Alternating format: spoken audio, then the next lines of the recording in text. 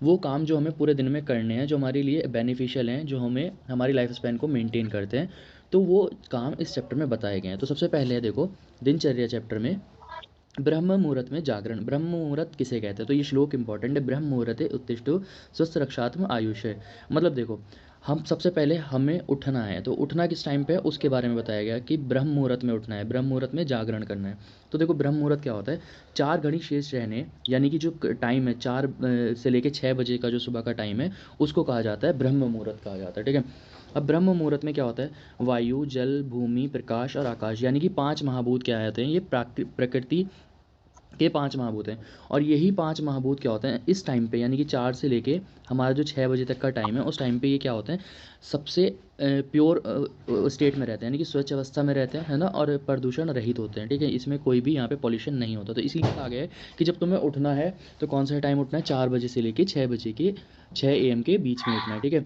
इस प्रातःकालीन पंच महाभूत को त्याग करने वाला। अब देखो कहा गया है कि जो इस टाइम पे नहीं उठता, किस टाइम पे नहीं उठता? जिस टाइम पे 5 महाभूत वायु, जल, पृथ्वी, आकाश, ये सब क्या है?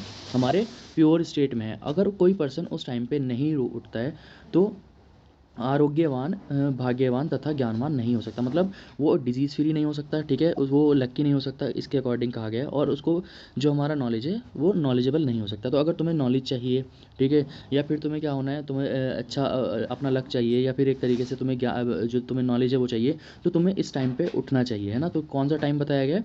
4 से लेके 6 बजे के बीच का जो टाइम है, ठीक है। तो तुमसे पूछा जाता है, वाइवा में पूछ लेते हैं कि ये बताओ ब्रह्म मुहूर्त का टाइम कौन सा है? तो तुम कहोगे वहाँ पे 4 घड़ी शेष रहने पर जो टाइम होता है वो टाइम है हमारा ब्रह्म मुहूर्त, यानी कि 4 AM से लेके 6 AM का जो टाइम है उसको ब्रह्म मुहूर्त कहा गया है। उसके फ़ायदे क्या हैं कि भाई जो पाँचों महाभूत हैं, वायु, जल, पृथ्वी, आकाश, ये सब क्या होते हैं उस टाइम पे? प्योर स्टेट में होते हैं। और अगर कोई इनको क्या करता है? त्याग करता है, मतलब इनका फॉलो नहीं करता है, तो उसको क्या नहीं होता है? वो आरोग्यवान नहीं होता है, भाग्यवान नहीं होता है, और ज्ञानवान भी नहीं होता है, ठीक है। अब सपोज़ करो पर्सन उठ गया। अब उठने के बाद क्या करना चाहिए? उठने के बाद क्या करना चाहिए? मलोत्सर्ग एवं शुद्ध प्रक्षालन। मलोत्सर्ग मतलब नियम अनुसार मल मूत्र का त्याग करना। जो हमारे एक्सक्रीशन है, ठीक है, जो एक्सक्रीटरी वेस्ट है उसको हमारी बॉडी से बाहर निकालना, ठीक है। तो अब देखो इसमें कहा एक बात सबसे इंपॉर्टेंट है कि बलपूर्वक मलोत्सर्ग नहीं करना चाहिए। यानी कि सपोज़ करो एक पर्सन है जो क्या कर रहा है? फोर्सफुली एक्सक्रीट करा रहा है बॉडी से, मतलब यूरिन पास आउट करा रहा है, या फिर है ना फीसेस पास आउट करा रहा है, तो चीज़ें यहाँ पे साफ साफ मना की गई हैं, ठीक है।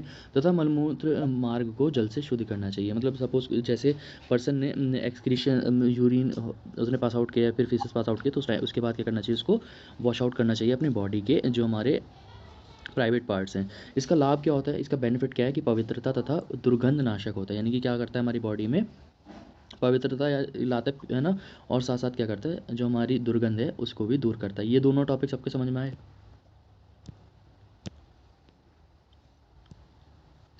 दोनों टॉपिक आ गए समझ में? हाँ जी। ठीक है। तो देखो सिंपल से बता रहा हूँ। अब ये इसमें थोड़ा ये वाला टॉपिक सुनो, दातून दतुअन, ठीक है। इसमें क्या जो चीज़ें इंपॉर्टेंट हैं मैंने वही लिखी हैं, तो ये काफ़ी ज़्यादा इंपॉर्टेंट है, ठीक है। और जीवन निलेखन, तो देखो सबसे पहला क्या है? दतून, ठीक है। दातून सबने करी है, यानी कि पहले टाइम पे तो, अब तो देखो टूथ ब्रशेज़ होते हैं ना, पेस्ट होते हैं, लेकिन उस टाइम पे नहीं होता था। तो उस टाइम पे क्या होती थी? दतून बनाते थे, एक डंडी एक टाइप से कह सकते हो, स्टिक होती थी लंबी सी, और उसे आगे से चबा के देन उसको उससे टीथ साफ़ किया करते थे। तो उसमें सबसे पहले दतून में कौन कौन से रस वाले वृक्ष लेने हैं, मतलब क्या करते हैं हम? एक ट्री की स्टिक लेते हैं, ठीक है, स्टेम लेते हैं, उसको देन दांतों से चबाते हैं, देन उसके बाद क्या करते हैं? हम उसको टीथ उससे साफ़ करते थे, तो उसे दतून कहा गया है। तो दतून में कौन से रस वालों वृक्षों की दतून होनी चाहिए? तो वो वृक्ष वालों की दतून लेनी है जिसमें कटु, तिक्त और कषाय रस हो, ठीक है। तो दतून कौन से वृक्ष की यूज़ करनी है? जिसमें कटु रस हो, तिक्त और कषाय रस हो, ठीक है। यथावर, असन, करंज, कबीर, अपामार्ग एवं अर्जुन की दतून, ये वहाँ पे ट्रीज़ के नाम दिए गए हैं, ठीक है, प्लांट के नाम दिए हैं किस किस की तुम दतून यूज़ कर सकते हो। अब देखो सबसे इंपॉर्टेंट क्वेश्चन इसमें क्या बनता है कि दतून की लंबाई और चौड़ाई बताओ, ठीक है। तो लंबाई कितनी होनी चाहिए? दतून की लंबाई होनी चाहिए 12 अंगुल। तो दतून कितनी लंबी होनी चाहिए? 12 अंगुल, और कनिष्ठ अंगुल के बराबर मोटी। तो उसकी जो डायमीटर होना चाहिए वो कैसा होना चाहिए? आपकी जो लिटिल फिंगर होती है उसके बराबर का डायमीटर होना चाहिए, और जो उसकी लेंथ है वो कितनी होनी चाहिए? 12 उंगली के बराबर होनी चाहिए, ठीक है। अब मैंने बताया कौन कौन से रस वाले वृक्षों की दतून करनी चाहिए? कटु, तिक्त और कषाय, तो है ना। तो कटु में कौन सा लेना चाहिए? कटु में सबसे श्रेष्ठ जो है, सबसे ज़्यादा श्रेष्ठ है हमारा करंजी का ट्री, ठीक है। इसके बाद पित्त में कौन सा है हमारा, नीम, नीम की दतून यूज़ कर सकते हैं। कषाय में कौन सा है, खदीर और बबूल, ठीक है। अब देखो इसमें लाभ क्या होगा, मतलब दतून करने के बेनिफिट क्या है। तो बेनिफिट क्या होंगे, मुख की मलिनता, मतलब जो हमारे बैक्टीरिया वगैरह हैं, ठीक है, वो ख़त्म होंगी, दुर्गंध खत्म होगी। और जो हमारे जीवर हो, मतलब जो हमारे टंग से रिलेटेड डिसऑर्डर्स हैं वो भी वहाँ पे उनकी वो नहीं होंगे, ठीक है। इसके बाद मुख रोग, जो हमारे माउथ के जैसे हमारा अल्सर वगैरह हैं, तो वो भी चीज़ें वहाँ पे नहीं होंगी, ठीक है। दंत रोग नहीं होंगे। वर्ण रोपक मतलब हमारे टीथ के जो हमारा कलर है उसको साफ करता है। आहार में रुचि मतलब जब देखो, जब तुम्हारा सब अपना माइक ऑफ करो पहले।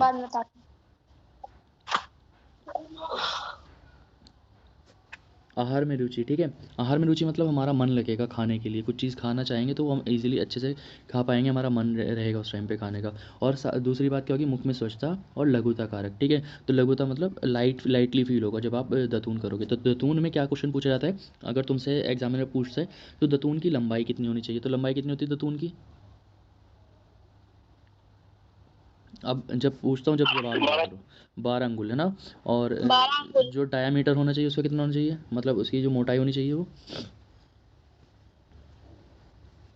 मोटाई कितनी होनी चाहिए, कनिष्ठ अंगुल के बराबर। हाँ, लिटिल फिंगर यानी कि कनिष्ठ अंगुली के बराबर होनी चाहिए, ठीक है। अब रस, कौन कौन से रसों वाला वृक्ष का हमें दतून करना है, कटु, तिक्त और कषाय, ठीक है। कटु रस में कौन सा, करंजी श्रेष्ठ है। तिक्त में नीम, और कषाय रस में खदीर और बबूल का यूज़ कर सकते हो, ठीक है। सही है, समझ आया यहाँ तक। अब देखो जीवा निर्लेखन में क्या होता है, जीवा निर्लेखन क्या है कि जो हमारा टंग है, टंग पे भी तो देखा ना कभी कभी प्लाग जमा हो जाता है ना। तो उसको भी साफ़ करना चाहिए, है ना। जब हमने ब्रश कर लिया तो ब्रश के पीछे से हम टंग भी तो साफ़ करते हैं, है ना। तो उसके बारे में कहा गया है जीवन निर्लेखन, जीवन निर्लेखन द्वारा जीवा को सुखपूर्वक साफ़ करना चाहिए। जीवन निर्लेखन क्या होता है, ये पहले एक वो होती थी, तुम ये समझो, उस टाइम पे तो ब्रश वगैरह होते नहीं थे, तो लोहे या हम मेटल्स की वो बनाते थे कि क्या कह सकते हो तुम उसे, खुरचने के लिए खुरचने के लिए, ताकि वो दांत रफ सा। हाँ साफ़ कर सके, ठीक है। तो उसको जीवन निर्लेखन कहा गया है, ठीक है। तो जीवन निर्लेखन से क्या होगा, जाहिर सी बात है, जो मुंह में जो हमारे माउथ में मलिनता है, ठीक है, वो खत्म होगी, ठीक है। वेरस से जो टेस्टलेसनेस थी, सपोज करो अगर ज़्यादा प्लाक सबमिट हो जाता है किसी की टीथ में या टंग के ऊपर, तो उसे टेस्ट का ही नहीं पता लग पाता, क्योंकि जो टेस्ट बड होते हैं वो ढक जाते हैं ना। तो अब जब टेस्ट बड के ऊपर ही तुम्हारा क्या है, वहाँ पे प्लाक सबमिट हो चुका है, तो उसको रिमूव करना है ताकि जो तुम्हारे टेस्ट बड्स हैं वो साफ़ रहें और तुम्हें टेस्ट का रिकग्नाइजेशन हो, ठीक है। तो इसीलिए कहा गया है कि जीवन निर्लेखन करने से क्या दूर होता है, टेस्टलेसनेस दूर होती है, ठीक है। दुर्गंध दूर होती है, जीवा रोग दूर होते हैं, मुख रोग दूर होते हैं और दंत रोग दूर होते हैं, ठीक है। और साथ साथ देखो, जहाँ कहीं भी माउथ में के बारे में पढ़ाया जाए कि जो तुम्हारा अपर वाले रीजन से कोई भी एक काम बताया जाए, जैसे जीवा निर्लेखन है, जैसे दतून है, तो जाहिर सी बात है अगर कोई भी वहाँ पे तुम साफ़ सफाई कर रहे हो तो उससे क्या होगा, आहार में रुचि उत्पन्न होती है, ठीक है। तो आहार में रुचि मतलब खाने में, ऐसा देखो, अब सपोज़ करो किसी पर्सन के में प्लाग सबमिट है, अब प्लाग सबमिट हो तो टेस्ट ही नहीं आया, तो उसे खाने में क्या मज़ा आएगा, रुचि नहीं आएगी खाने में, ठीक है। तो खाने में रुचि उत्पन्न करता है। और साथ साथ क्या करता है, मुख में स्वच्छता आती है, ये हो गया। अब देखो, अब हमें ये तो हमने जीवन निर्लेखन और दतून पढ़ लिया, लेकिन दतून किससे नहीं करानी है, ठीक है। ऐसा नहीं है कि हर एक पर्सन को सुबह उठ के ब्रह्म मुहूर्त में उठना है और ब्रह्म मुहूर्त के उठने के बाद उसे सीधा सीधा पेस्ट करने लग जाना है, दतून करने लग जाना है। कुछ डिजीज़ हैं जिसमें हमें दतून कराना ही नहीं है, ठीक है। जैसे अजीर्ण कहते हैं इंडाइजेशन, अगर किसी पर्सन को इंडाइजेशन हुआ है तो उसे दतून नहीं कराना है, ठीक है। अगर सपोज करो उसने रात में ऐसा कुछ खाया और सुबह में उसको इंडाइजेशन हो, उसे दतून नहीं करना है, ठीक है। छींक में, श्वास में, कास में, ठीक है। श्वास कास क्या होता है, खांसी वगैरह में, या फिर सांस बढ़ने में, ठीक है। ज्वर में मतलब फीवर में। अर्दित यानी कि फेशियल पैरालिसिस है किसी को, तो उस टाइम पे दतून नहीं करना है। तृष्णा यानी कि प्यास लगी है। मुख पाक यानी कि जैसे अल्सर्स आ जाते हैं, मुंह में छाले पड़ना, उस टाइम पे नहीं करना है। किसी को हृदय रोग, किसी को क्या है, कार्डिक डिसऑर्डर है, उसे नहीं कराना है। किसी को आई डिसऑर्डर है, उसे नहीं कराना है, ठीक है। किसी को हेड डिसऑर्डर है, फिर ईयर डिसऑर्डर है, तो उनमें भी, ईयर डिजीज़ है तो उसमें भी दतून नहीं कराना है, ठीक है। तो इन सब डिजीज़ हैं अब, तो उनमें पर्सन को हमें दतून नहीं कराना, उसे एडवाइस करनी है कि तुम दतून मत करो, ठीक है। समझ में आया सबको, जी ठीक है ना। तो ऐसा ये समझ में आया ना दतून का।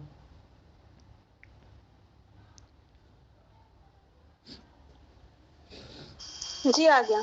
अब है देखो हमारा अंजन कर्म। अंजन कर्म मतलब हमने देखो उठे हम सुबह, उठने के बाद हमने जो हमारा एक्सक्रीटरी वेस्ट था उसको पास आउट किया, देन उसके बाद हमने टूथपेस्ट वगैरह किया, ब्रश वगैरह किया, देन इसके बाद क्या करना है, अंजन करना है। अंजन का मतलब क्या होता है कि जो हमारे आइज़ हैं, ठीक है, उसमें काजल लगाना। तुम सिंपल सी तरह से ये समझ लो कि जब हम आंखों में काजल लगाते हैं उसको कहते हैं अंजन कर्म, ठीक है। और अंजन कर्म में सबसे पहले कौन सा कर्म करना है, कौन सा अंजन का, देखो अंजन के टाइप्स होते हैं, सोवीर अंजन, रसा अंजन, रक्त अंजन, स्रोत अंजन, नील अंजन। ये तुम पढ़ोगे चरक के चैप्टर में, ठीक है। लेकिन तुम यहाँ पे समझो सोवीर अंजन कौन सा अंजन होता है, वो अंजन जिसको हम डेली यूज़ कर सकते हैं उसको कहते हैं सोवीर अंजन, ठीक है। अंजन के देखो डिफरेंट टाइप होते हैं अंजन के, मैंने बताया एक होता है सोवीर अंजन, ठीक है। कौन सा होता है, सोवीर अंजन। दूसरा होता है रस अंजन, ठीक है। रस के बाद नील अंजन होता है, नील अंजन के बाद एक और होता है स्रोत अंजन, ठीक है। और इसी तरह के डिफरेंट अंजन होते हैं, लेकिन हमें वो अभी नहीं पढ़ना है, वो जब चरक पढ़ाऊँगा संहिता उस टाइम पे तुम्हें बता दूंगा कि कौन कौन से अंजन होते हैं, ठीक है। तो हमें कौन से अंजन का यूज़ करना चाहिए डेली, सोवीर अंजन। ये वो अंजन है जिसको हम डेली यूज़ कर सकते हैं, उस अंजन को कहा गया है सोवीर अंजन, ठीक है। नित्य तथा रस अंजन, देखो रस अंजन का कब प्रयोग करना चाहिए, रस अंजन का प्रयोग करना चाहिए 7वें दिन करना चाहिए, ठीक है। तो सोवीर अंजन को तो तुम डेली यूज़ कर सकते हो, ठीक है। रस अंजन को तुम्हें क्या करना है, 7वें दिन में ही यूज़ करना है, ठीक है। मुंह से पानी भरकर नेत्रों पर छींटे मारना नेत्र के लिए हितकारी है। अब देखो ये, अब यहाँ पे ये वाली लाइन तुम स्किप करो फिलहाल, ठीक है। अंजन अभी तुम ये समझो कि अंजन में कौन कौन से सोवीर अंजन और रस अंजन। अब देखो इसके लाभ, इसके बेनिफिट्स क्या हैं। तो अंजन से नेत्र सुंदर तथा सूक्ष्म पदार्थों को देखने योग्य हो जाते हैं। सूक्ष्म पदार्थ मतलब जो माइन्यूट स्ट्रक्चर्स हैं, सब्सटेंसेस हैं, उनको हम इजीली देख पाते हैं।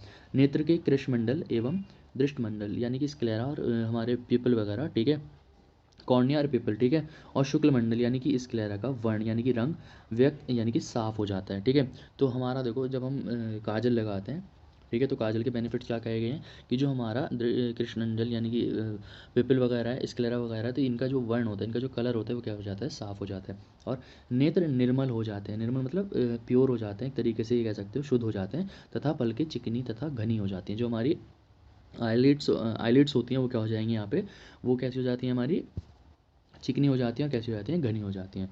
ये था हमारा अंजन कर्म। अब देखो नस्य, नस्य का मतलब क्या होता है, नाक से औषध द्रव्य, औषध तेल का लेना, उसको हम कहते हैं नस्य। तो नस्य में अणु तेल से नस्य करना चाहिए। देखो ये अणु तेल यहाँ पे वर्ड आया है। अभी अणु तेल मैं तुम्हें नेक्स्ट लेक्चर में पढ़ाऊंगा, जब तुम्हें चरक पढ़ाऊंगा तो वहाँ पे ही दिया है, ये ज़्यादा चीज़ें चरक में दी हैं कि अणु तेल होता क्या है। ये अणु तेल क्या होता है मैं तुम्हें बता देता हूँ। ये एक तेल होता है मेडिकेटेड, इसमें क्या होता है, ड्रग्स, बहुत सारे ड्रग्स लेते हैं आपस में, उन ड्रग्स का जो हम तेल बनाते हैं उसको हम कहते हैं अणु तेल। जैसे इसमें तेजपात, पाकड़ की छाल, ठीक है, गुलड़ की छाल, तो इन सब का जो हम तेल बनाते हैं उस तेल को कहा जाता है अणु तेल, ठीक है। उस अणु तेल से हमें नस्य करना चाहिए। अब नस्य से क्या बेनिफिट होंगे, नस्य करने से त्वचा मतलब स्किन, कंधा, ग्रीवा यानी कि गर्दन, मुखमंडल, ठीक है, एवं वक्षस्थल, तो ये सारे क्या हो जाते हैं हमारे, अच्छे रहते हैं, प्रसन्न हो जाते हैं, ठीक है। मतलब इनमें क्या रहती है हमारी, प्योरिटी रहती है। मुख ऐसा हो जाता है हमारा, जो माउथ है वो सुगंधित बना रहता है। तो ये हमारा इसके बारे में, नस्य के बारे में कहा गया है। देन इसके बाद चलते हैं नस्य के बाद, अभी तो नस्य ही है, ठीक है। अब नस्य में और क्या क्या होता है हमारा, जो हमारा स्वर है, स्वर मतलब हमारे जो स्पीच है, ठीक है, वो स्निग्ध हो जाती है तथा इंद्रियाँ कैसी हो जाती हैं, निर्मल हो जाती हैं। त्वचा पर झुर्रियाँ नहीं पड़ती हैं, ठीक है। केशों में श्वेतता मतलब जो हमारे बाल हैं वो सफ़ेद नहीं होते हैं, और जो चेहरे पर काली झाइयाँ वो भी नहीं होते। तो ये बेनिफिट है इसके नस्य के। तो नस्य में कौन सा तेल लेते हैं सब बताओ एक बार, नस्य में कौन सा तेल यूज़ किया जाता है, अणु तेल। अणु तेल, ठीक है। अणु तेल क्या है, ये बेसिकली है क्या अणु तेल, medicated, medicated oil. Medicated oil है, ठीक है, जिसमें डिफरेंट टाइप के ड्रग्स लेते हैं और उसका तेल नहीं बनाते हैं, तो उसको कहा गया है अणु तेल। वो बताऊंगा किस तरह से बनता है, कितना गुना जल लेना है, वो भी बात करेंगे जब चरक पढ़ेंगे, ठीक है। तो जो अष्टांग है उसमें इतना ही पढ़ना है तुम लोगों को, अष्टांग को अष्टांग की जगह पे पढ़ते हैं, चरक को चरक में पढ़ेंगे साथ में, ठीक है। अब इसके बाद देखो, इसके बाद है गंडूश, ठीक है। एक होता है गंडूश, एक होता है कवल। अब दोनों चीज़ें इंपॉर्टेंट हैं, ध्यान से सुनना कि गंडूश और कवल में क्या फ़र्क होता है। कवल का मतलब होता है कुल्ला करना, जब तुम पानी मुंह में भर लो, ठीक है, या कोई भी ड्रग्स मेडिकेटेड वाटर या कुछ भी मैं कह रहा हूँ, ठीक है, उस चीज़ को तुम मुंह में भर के अगर तुम माउथ चला पा रहे हो, ठीक है, जैसे हम कुल्ला करते हैं तो मुंह में पानी भरते हैं उसको इधर उधर घुमा पाते हैं, तो वो चीज़ क्या कहेगी, कवल, यानी कि कवल का मतलब है कुल्ला, ठीक है। और गंडूश का मतलब क्या है कि तुमने अब इतना पानी भर लिया, तुम अपना माउथ चला नहीं पा रहे, ठीक है, इधर उधर नहीं कर पा रहे, उसको मूवमेंट नहीं करा पा रहे अपने माउथ के अंदर, तो उसको कहा गया है गंडूश। तो कवल क्या होता है, पानी को जैसे तुमने मुंह में भरा, ठीक है, कुल्ला, तो उसमें इधर उधर घुमा लेते हो तुम पानी को, मुंह में मल्टी डायरेक्शन में घुमा सकते हो, ठीक है। लेकिन गंडूश में क्या होता है, तुम इतना पानी भर लेते हो उसे घुमा ही नहीं पाते हो, ठीक है, बस तुम पानी अंदर लेते हो, उसको भरे रखते हो थोड़ी देर और फिर बाहर निकाल देते हो, ठीक है। कवल में क्या करते हो, पानी लेते हो मुंह में और इधर उधर घुमा के अच्छी तरह तब उसको बाहर निकालते हो। समझ में आया कवल और गंडूश में फ़र्क क्या आ गया। है ना। तो गंडूश में देखो, गंडूश में क्या है, स्नेह एवं उष्ण जल से करना चाहिए। उष्ण मतलब हमारा गर्म पानी, गुनगुना पानी से करना चाहिए। तो इसका देखो लाभ क्या होता है, होठों का फटना, मुख का सूखना, दांतों का रोग तथा स्वर भेद नहीं होते हैं, ठीक है, ये सारी चीज़ें नहीं होती हैं। देन इसके बाद उष्ण जल से गंडूश से मुख को हल्कापन क्या होता है, जब तुम गंडूश करते हो तो उससे क्या होता है, तुम्हारे जो माउथ है उसमें लाइटनेस आती है, ठीक है, तुम्हें लाइट फील होता है। इसके बाद है हमारा कवल, ठीक है, कवल में यानी कि कुल्ला, ठीक है। कुल्ला किससे करना है, खदीर, शीरी वृक्ष तथा अरीमेद की छाल, इनको छाल में क्या करना है, हीम कषाय, इनका मतलब क्या करना है, गर्म पानी में इन छाल को बना के पानी में रख के इनको उबाल लेना है। देन उसके बाद जो उसका पानी बनेगा, गुनगुना सा पानी बनेगा, उससे तुम्हें कुल्ला करना है, ठीक है, तो इसको कहते हैं कवल। तो एक कवल भी और गंडूश भी दोनों अलग अलग हैं। तुमसे अगर एग्जाम में पूछता है कवल क्या होता है, तो तुम कहोगे कि कुल्ला करना, मतलब जब हम इतना पानी भरें, मुंह में इतना पानी लें कि उसको घुमा सकें, उसको कहा जाता है कवल। गंडूश क्या होता है कि इतना पानी ले लें मुंह में कि उसको हम घुमा ही नहीं पा रहे हैं, वो कहलाता है हमारा गंडूश। तो देखो कवल से क्या होगा, अरुचि, अरुचि मतलब जो खाने में हमारी खाने में वो नहीं था इंटरेस्ट, वो खत्म होगी, ठीक है। मुख की विसरता यानी कि गंध, स्मेल, ठीक है, मलिनता, दुर्गंध एवं लाल स्राव निकलना बंद होता है। लाल स्राव कहते हैं यहाँ पे एक्सेस सलाइवा की सिक्रीशन, ठीक है, लाल स्राव का मतलब होता है सलाइवा सिक्रीशन। तो जो अगर एक्सेस किसी को सलाइवा की सिक्रीशन हो रही है वो भी रुक जाती है, ठीक है। अब देखो इसके बाद है हमारा नेक्स्ट नेक्स्ट टॉपिक धूमपान, ठीक है। धूमपान वही है क्या करना, जैसे सिगरेट को, अब ये वो वाला धूमपान नहीं है कि तुम सोच रहे हो कि पहले उठे, उठने के बाद हमने ब्रह्म मुहूर्त में उठे, देन उसके बाद हमने जो मल त्याग था वो किया, उसके बाद हमने क्या किया, ठीक है, दतून किया, दतून करने के बाद हमने जीवन निर्लेप किया, जीवन निर्लेप के बाद अंजन किया, अंजन के बाद गंडूश और कवल किया, ठीक है। तो अब धूमपान, धूमपान ये वो नहीं कहा गया कि तुम्हें स्मोकिंग करनी है तो एक्चुअल में स्मोकिंग ही, लेकिन इसमें स्मोक किसकी करते हैं हम, वो ड्रग्स की जो हमारे लिए बेनिफिशियल होते हैं, ठीक है। मेडिकेटेड ड्रग्स होती हैं, मेडिकेटेड मतलब जैसे सपोज़ करो तुम्हारी सिगरेट है, उसके अंदर टोबैको होता है, तो उसमें इसमें ये सब चीज़ें नहीं होती हैं, इसमें क्या होते हैं, कुछ ड्रग्स होते हैं, ठीक है। उन ड्रग्स को हम, उन ड्रग्स की क्या करते हैं, धूमवर्ती बनाते हैं। धूमवर्ती मतलब जैसे तुम्हारी सिगरेट जैसा स्ट्रक्चर, धूमवर्ती तुम समझ सकते हो, ठीक है। धूमवर्ती को क्या समझ सकते हो, जैसे तुम्हारी एक सिगरेट होती है ना, उसी टाइप का स्ट्रक्चर, सिगार के अंदर जैसे फील करते हैं, या सिगार समझ सकते हो तुम, ठीक है। अब देखो उसी से मतलब धूमपान किससे करना है तुम्हें, मेडिकेटेड धूमवर्ती, मेडिकेटेड मतलब जो हमारे मेडिसिनल प्लांट हैं उनसे हम धूमवर्ती बनाते हैं, देन उसको हम स्मोक करते हैं, तो वो कहा गया हमारा धूमपान। यहाँ पे इस धूमपान का मतलब ये है। तो धूमपान देखो 3 टाइप के होते हैं। सबसे पहला होता है प्रायोगिक, दूसरा होता है स्नेहिक और तीसरा होता है शिरोविरेचनिक। स्नेहिक, एक सेकेंड जस्ट,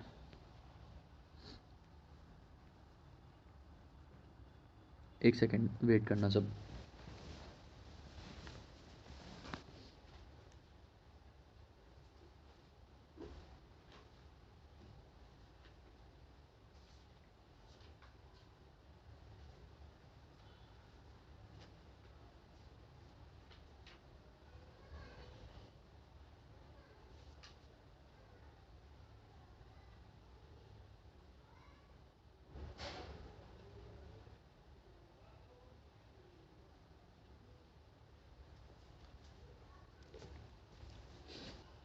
देखो कितने टाइप के कहे गए हैं हमारे धूमपान, 3 टाइप के कहे गए हैं। कौन कौन से, प्रायोगिक, स्नेहिक और हमारे शिरोविरेचनिक। देखो तो प्रायोगिक और ये स्नेहिकी और शिरोविरेचनिक में क्या डिफरेंस होता है, तो देखो स्नेहिक वो होता है वो धूमपान जो हम एक हेल्दी पर्सन भी उसको डेली यूज़ कर सकता है, तो वो है हमारा प्रायोगिक, ठीक है। देखो ये धूमपान वगैरह जो तुम्हारा चरक का चैप्टर है, चरक में मात्रा शीति अध्याय, उसमें सब चीज़ें दी हुई हैं। धूमवर्ती निर्माण, नस्यते, अणु तेल का निर्माण किस तरह से होता है, ये सब चीज़ें, और अंजन कितने टाइप के हैं वो सब चीज़ें वहाँ पे पढ़ेंगे। तो इसमें बेसिक तुम्हें इंट्रोडक्शन दिया गया है वहाँ, इसमें ये समझ लो तुम। तो धूमपान के 3 टाइप होते हैं, प्रायोगिक, स्नेहिक और शिरोविरेचनिक। प्रायोगिक वो होता है जिसको एक हेल्दी इंडिविजुअल भी यूज़ कर सकता है, डेली यूज़ कर सकता है। वो ड्रग्स डाली जाती हैं प्रायोगिक धूमपान में जो एक हेल्दी पर्सन उसको डेली यूज़ कर सकता है। लेकिन जो स्नेहिक और शिरोविरेचनिक होते हैं ये होते हैं किसके लिए, ये पेशेंट के लिए होते हैं, ठीक है। इसमें वो ड्रग्स डाली जाती हैं जो किसी एक पर्टिकुलर पेशेंट के लिए बेनिफिशियल हो, ठीक है। तो ये पहला जो प्रायोगिक है तो वो यूज़ कर सकता है हमारा स्वस्थ पुरुष भी यूज़ कर सकता है। लेकिन जो हमारी स्नेहिक और शिरोविरेचनिकी है वो केवल एक रोग अवस्था में ही प्रयोग किए जा सकते हैं। तो 3 टाइप के धूमपान होते हैं। धूमपान के कितने काल बताए गए हैं मदिया? ये क्वेश्चन बहुत बार पूछ चुका हूँ मैं तुमसे, 8 काल है ना। 8 काल बताए गए हैं। वो सब चरक में है। कौन कौन से 8 काल हैं? वो ये बताएगी। स्नान के सुहाना बाद, सुहाना रुक जाओ, निंद्रा रुक से जाओ। उठने के बाद, स्नान के बाद और नशे के स्नान के बाद, निंद्रा से उठने के बाद, दातून के बाद और नशे के ध्यान नहीं आ रहा, भोजन करने के बाद, है ना, हाँ स्नान के बाद, ये सब 8 काल कहे गए हैं ना। लेकिन एक जो अच्छा पर्सन होता है वो कितनी बार करता है दिन में? 2 बार। केवल 2 बार ही करता है ना। तो ये सब चीज़ें चरक में वहाँ पढ़ोगे, लेकिन फिलहाल अभी तुम इतना याद रखो कि धूमपान कितने टाइप के हैं? 3, प्रायोगिक, स्नेहिक और शिरोविरेचनिकी, ठीक है। प्रायोगिक कौन यूज़ कर सकता है? हेल्दी इंडिविजुअल भी यूज़ कर सकता है। स्नेहिकी और शिरोविरेचनिक किसके लिए होते हैं? ये होते हैं रोग अवस्था के लिए, ये रोगी के लिए होते हैं, ठीक है। इनका लाभ क्या होता है? जत्रु के ऊपर वात कफ जनित रोगों को रोग नहीं होते हैं। तो मतलब जो हमारा चेस्ट वाला रीजन है या हमारा ऊपर अपर रीजन है उसमें जितने भी वात और कफ वाले व्याधियाँ होती हैं वो उत्पन्न ही नहीं होती, चाहे वो वात की कोई भी व्याधि हो या कफ की कोई भी व्याधि हो, ठीक है। तो धूमपान से ये लाभ होता है। धूमपान में मैंने तुम्हें बताया केवल क्या करते हैं, मेडिकेटेड ड्रग्स यूज़ की जाती हैं, कोई ये धूमपान वो वाला नहीं है। सबके समझ में आया इतना जितना मैंने पढ़ाया अभी तक? शेरिन तुम्हारे समझ में आया?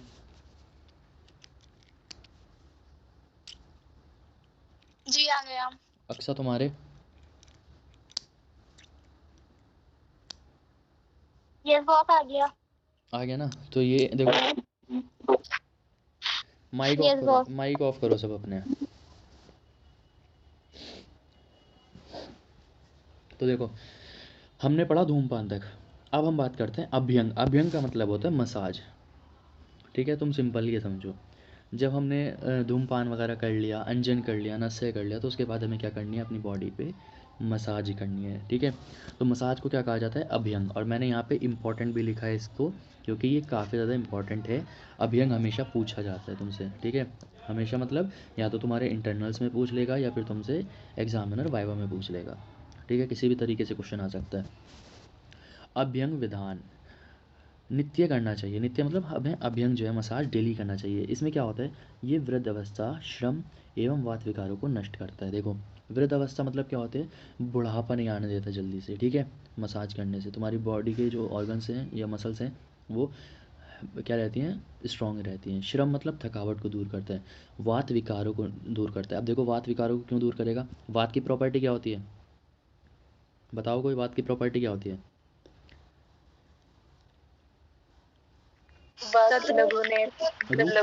रूक्ष होती है ना, रूक्ष, रूक्ष वाली प्रॉपर्टी सुनो। तो वात में क्या होती है? रूक्षता होता है ना। वात में रूक्षता। सूक्ष्म चलो। हाँ सही बोल रहे हो, लेकिन वात में एक एक प्रॉपर्टी क्या है? रूक्ष वाली, है ना। तो सपोज करो अगर कोई भी डिजीज़ हो रही है वात के कारण तो वो क्या करेगी? बॉडी में रूक्षता उत्पन्न करेंगे ना। तो जाहिर सी बात है अगर कोई ड्राइनेस है तो उसको किससे दूर किया जा सकता है? उसको दूर किया जा सकता है हमारा मॉइस्चर से।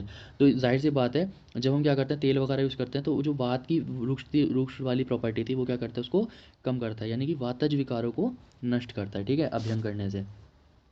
इसके बाद नेत्र ज्योति को निर्मल करता है, यानी कि जो तुम्हारी आइज़ की वो है उसको सही करता है, शरीर को पुष्ट करता है, आयु को बढ़ाने वाला होता है। साथ में क्या होता है? निंद्रा लाने वाला होता है, यानी कि नींद लाने वाला होता है। और जो त्वचा है यानी कि जो हमारी स्किन है उसको सौंदर्य और स्थिर रखने वाला होता है। और साथ साथ क्या करता है? हमारे शरीर को मजबूत करने वाला होता है। ये होता है हमारा अभ्यंग, ठीक है। अब अभ्यंग के स्थान बताए गए हैं। तो ये जो श्लोक है ना एक लाइन का छोटा सा, इसको याद कर लेना। शिश्वण पादेशु तम विशेषते शिल्यते, मतलब विशेष स्थान जो हमारा अभ्यंग है, जो हमारी मसाज है वो बेसिकली कौन से रीजन पे सबसे ज़्यादा करनी चाहिए? तो कौन कौन से? सिर, यानी कि सिर पे, हेड पे, कान और पैर के तलवों पर विशेष रूप से प्रतिदिन मालिश करनी चाहिए, ठीक है। तो हमें 3 रीजन हैं जो इंपॉर्टेंट बताए गए हैं। पहला सिर बताया गया है, कान बताए गए हैं और पैर के तलवे। तो यहाँ पर हमें डेली मसाज करनी चाहिए। जब खाने पीने की इच्छा हो कब करनी चाहिए, तो वातनाशक सुगंधित ऋतुओं के अनुसार शीत ऋतु में। उष्ण, तो देखो ऋतु के अनुसार भी करनी है। जब कब शीत ऋतु में तुम्हें करनी है उष्ण से, और उष्ण यानी कि गर्म ऋतु में करनी है शीत सुकारक तेल से। मतलब क्या करना है, जाहिर सी बात है, सिंपल समझो, गर्मी है तो गर्मी में तुम्हें क्या करना है, शीत तेल से यूज़ करना है, जैसे तुम नवरत्न वगैरह का यूज़ करते हो, सिंपल एक तरीके से। और अगर तुम्हारे जो तुम्हारी शीत है या विंटर्स हैं, तो उस टाइम पे तुम्हें क्या करना है, तुम्हें उष्ण तेल का प्रयोग करना है, थोड़ा बहुत गुनगुना तेल, इस तरह से, ठीक है। अब अभ्यंग क्या करता है, वायुनाशक यानी कि वात को ख़त्म करता है, जो वात की रुक्षता वाली प्रॉपर्टी थी उसको ख़त्म करता है, और शरीर को पुष्ट करने वाला होता है, निंद्रा लाने वाला होता है, शरीर को दृढ़ मतलब और बृहत मतलब बड़ा करने वाला होता है। तो ये प्रॉपर्टीज़ होती हैं किसकी, मसाज की। इसको कहा गया है अभ्यंग, ठीक है। तो देखो सारी चीज़ें लॉजिकल हैं और तुमने कहीं ना कहीं पढ़ी हैं, है ना। तो ये तो डेली जो तुम करते हो वही चीज़ें हैं यहाँ पे, तुम मतलब जो तुम्हें लाइफ में करनी चाहिए या तुम्हें एक दिन में करनी चाहिए, वही सारी चीज़ें बताई गई हैं इसमें अष्टांग में, ठीक है। अब इसके बाद देखो कब करनी चाहिए, अग्नि से जलने, ठीक है। अगर कोई अग्नि से जल रहा है, हड्डी के टूटने या शस्त्र आदि मतलब किसी चीज़ से चोट लगी है, ठीक है, तो उस पर क्या करना चाहिए, अभ्यंग करने से उसकी जो पीड़ा है मतलब जो उसका दर्द है वो थोड़ा कम होता है, ठीक है। जल जाने पे, हड्डी टूटने वगैरह पे या किसी चीज़ के लगने के बाद अगर हम मसाज करते हैं तो उसमें क्या होता है, उसका दर्द थोड़ा कम हो जाता है। क्लम, श्रम एवं जरा का नाश होता है। क्लम कहते हैं एक तरीके से तुम मानसिक थकावट मतलब मेंटली थोड़ी डिस्टर्ब होते हो, ठीक है। श्रम मतलब थकावट, और जरा का मतलब होता है हमारा श्रम जरा वगैरह, ये सब एक ही कैटेगरी समझो तुम, ठीक है। जिस प्रकार रथ के, अब देखो ये वाली लाइन तुम्हें मेंशन करके ज़रूर आनी है जो मैं लाइन यहाँ पे बता रहा हूँ। जिस प्रकार रथ के अक्ष पर तेल लगाने से रक्त के पहिए सरलता से चलते हैं, इसी प्रकार पैर के तलवों पर तेल लगाने से चमड़ा कोमल तथा मजबूत हो जाता है। तो देखो मतलब ये कहा गया है जैसे हमारा जो रथ है, ये कोई भी एक व्हीकल है, उसमें अगर तुम क्या करोगे, उसकी ऑयलिंग करोगे तो उसके पहिए अच्छे से चलेंगे। तो इसी तरह हमारी बॉडी में अगर तुम क्या करोगे, पैर के तलवों पर तेल लगाओगे, तो जो तुम्हारी स्किन है वो क्या हो जाएगी, सॉफ्ट होगी, और साथ साथ क्या हो जाएगी, वहाँ पे स्ट्रॉन्ग भी बनेगी, ठीक है। शरीर पर तेल लगाने से शरीर की संधियों में गति सरलता से होती है, जाहिर सी बात है। अब तुमने पढ़ा है ना, जॉइंट्स हैं, साइनोवियल फ्लूइड है, तो वो साइनोवियल फ्लूइड जब तक रहता है तब तक मूवमेंट अच्छे से होता है। तो ये चीज़ यहाँ पे गई गई है कि जब तुम शरीर पर तेल लगाओगे तो शरीर में जो जॉइंट्स हैं, ठीक है, उनके बीच में मूवमेंट क्या होगा, ईजिली होगा, ठीक है। और त्वचा कोमल रहेगी, दृढ़ हो जाता है, यही पॉइंट बार बार घूम के आते हैं, ठीक है। और सिर पर मतलब जो हमारा हेड है उस पर तेल लगाने से, और केश क्या रहता है, हमारे काले रहते हैं। जो हमारे अगर सब हम हेड मसाज कर रहे हैं तो हमारे जो हेयर्स हैं वो ना तो वो गिरते हैं और हमेशा काले रहते हैं, ठीक है। इसी तरह कान में तेल डालने से हनुशूल मतलब जो कान का दर्द है वो ख़त्म हो जाता है। मन्य स्तंभ कहते हैं जो हमारा फेशियल पैरालिसिस जिसको हम कहते हैं तो है ना, वो ख़त्म हो जाता है, उसकी वो नहीं होता। शीर्शूल है ना, सिर में दर्द, और कर्णशूल नष्ट होता है। ये सारी चीज़ें नष्ट करने वाला था कान में तेल डालने से। और पैरों पर अगर मसाज करते हो तो पैरों पर मसाज करने से क्या होती है, मजबूती आती है, अच्छी निंद्रा आती है, और नेत्र की ज्योति बढ़ती है, जो तुम्हारी लाइट है आइज़ की वो अच्छी बढ़ती है, ठीक है। विजन तुम्हारा अच्छा होता है। अब इसके बाद अभ्यंग, देखो अभ्यंग भी हर किसी को नहीं कराना है, कुछ हैं जिनको अभ्यंग नहीं कराना है, जैसे कफ दोष से पीड़ित। अभी मैंने बताया अभ्यंग से क्या होगा, अभ्यंग रुक्षता को ख़त्म करता है और स्निग्ध को बढ़ाता है ना, जाहिर सी बात है। जो रुक्ष है, ड्राइनेस, उसको ख़त्म करेगा और मॉइस्चर को करेगा, बढ़ाएगा। अब सपोज करो किसी पर्सन की बॉडी में कफ पहले से बढ़ा हुआ है, कफ मतलब कफ के गुण क्या होते हैं, अब कोई बताएगा कफ के गुण, एक बताओ कोई भी।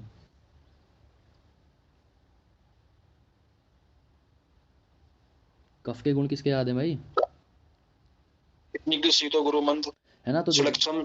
हाँ बस बस बस बस बस, अब देखो सुनो मेरी बात, है ना। स्निग्ध, ये तो स्निग्ध अगर किसी बॉडी में किसी में कफ पहले से बढ़ा है, यानी कि उसकी बॉडी में क्या बढ़ी है, स्निग्धता पहले से बढ़ी है। अब तुम उसको और तेल दे रहे हो और स्निग्ध कर रहे हो तो कफ दोष और बढ़ेगा।